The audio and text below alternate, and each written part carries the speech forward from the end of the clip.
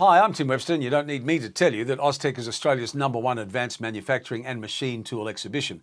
And as an exhibitor, you're well aware that this year's Austech will be at the Melbourne Convention and Exhibition Centre from the 14th to the 17th of May.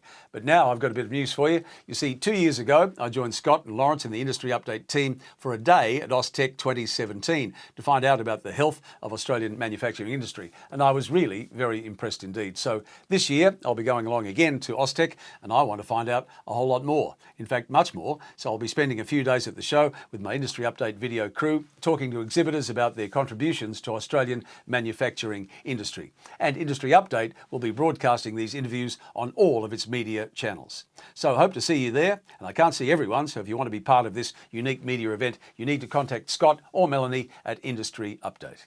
It really will be first in and best dressed. So until May, this is Tim Webster signing off, saying we'll see you at Austech.